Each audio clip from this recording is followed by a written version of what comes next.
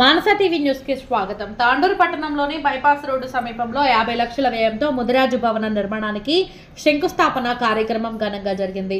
ఈ కార్యక్రమానికి రాష్ట్ర పశుసంవర్ధక, పాడి పరిశ్రమ అభివృద్ధి, మత్స్య సంపద, క్రీడలు మరియు యువజన సేవల శాఖ మంత్రివర్యులు వాకిటి శ్రీహరి ముదిరాజు పాల్గొన్నారు.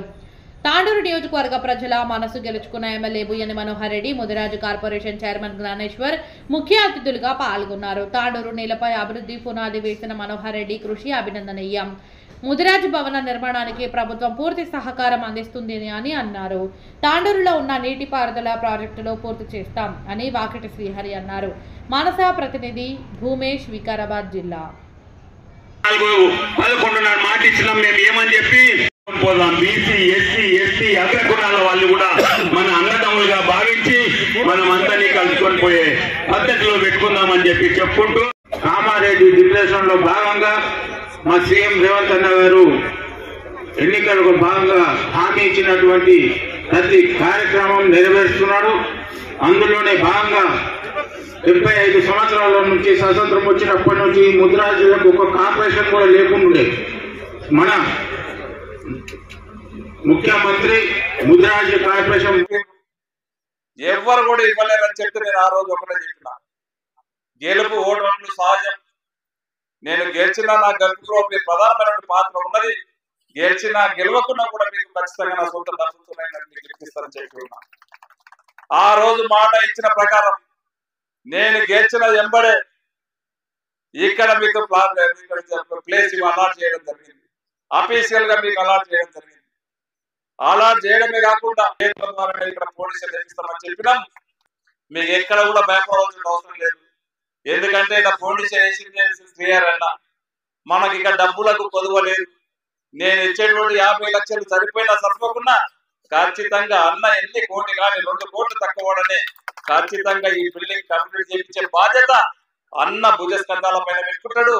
అన్న మన ముఖ్యమంత్రి గారితో ఇప్పిస్తాడో తెలియదు. ఎందుకంటే ఆయన క్యాబినెట్ లో ఉంటాడు.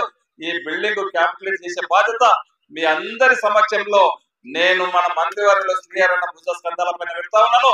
ఖచ్చితంగా ఆయన మాట్లాడేటప్పుడు జరిగింది. అయినా సరే మనము 42% వచ్చిన దగ్గర ఖచ్చితంగా కొట్లాడే బాధ్యత ఉన్నది. మనం మాట ఇచ్చినాం, ఖచ్చితంగా కొట్లాడదాము. ఆ కొట్లాడ తీసుకొచ్చింది బీసీల కింద కావాలని చెప్పింది కాంగ్రెస్ పార్టీ అనే విషయాన్ని మీరందరూ కూడా గుర్తించుకోవాలా. అవకాశం ఇచ్చిండ్రు. ఖచ్చితంగా గతంలో ఎన్నడూ జరగని అభివృద్ధి చేస్తానని చెప్పిన, ఖచ్చితంగా నేను శ్రీహరన్న కూడా అదే చెప్పిన. తాండూరు చాలా వెనుకబడ్డది. కర్ణాటక ప్రాంతానికి దగ్గర ఉన్నది. ఇన్ని సిమెంట్ ఫ్యాక్టరీలు ఉన్నాయి చెప్పిన కలెక్టర్ గాని సబ్ కలెక్టర్ గాని చెప్పడం జరిగింది. ఏంబడే ఎంత కావాలని చెప్పి అడిగితే 30 కోట్లు అవసరం ఉన్నాయని చెప్తే గౌరవ ముఖ్యమంత్రి గారికి చెప్పడం జరిగింది. సార్ మా దగ్గర బైపాస్ రోడ్ కంప్లీట్ అయిపోయింది.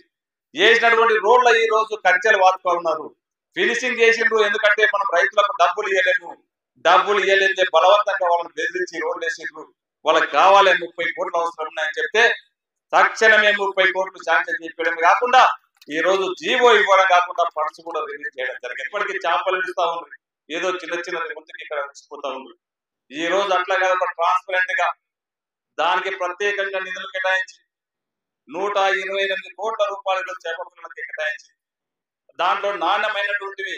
ఎందుకంటే నన్ను నమ్ముకొని ప్రజలు నన్ను గెలిపించారు. ఎదురొడ్డి నిలబడి ప్రాణాలైనా లెక్క చేయకుండా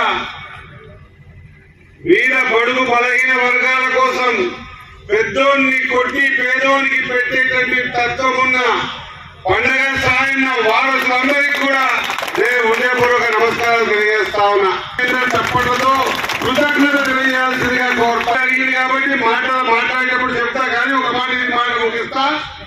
మనోరన్న స్టార్ట్ చేసినటువంటి ఈ భవనాన్ని ఆయన 50 లక్షలు ఇచ్చిన తర్వాత ఒక పూర్తి కాకపోతే ఎంత డబ్బు అయినా సరే ఖచ్చితంగా భవన నిర్మాణానికి నేను ఉంటానని చెప్పి మాట్లాడిస్తా ఉన్నా. ఖచ్చితంగా ఆ దిశలో ముందుకు పోదాం. ముదిరాజు దాదాపు ఈ నియోజకవర్గంలో 65,000 మంది ఓటర్లుగా ఉన్నారు.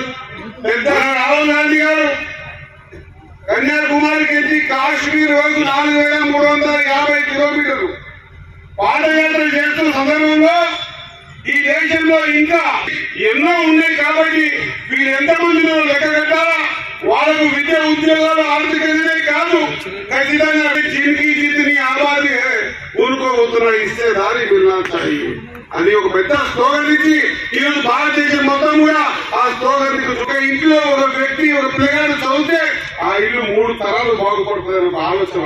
కాబట్టి మన వెనుకబాటు తరానికి అడ్డుకట్టైనటువంటి చదువును మనం చదవాల్సిన అవసరం ఉంది.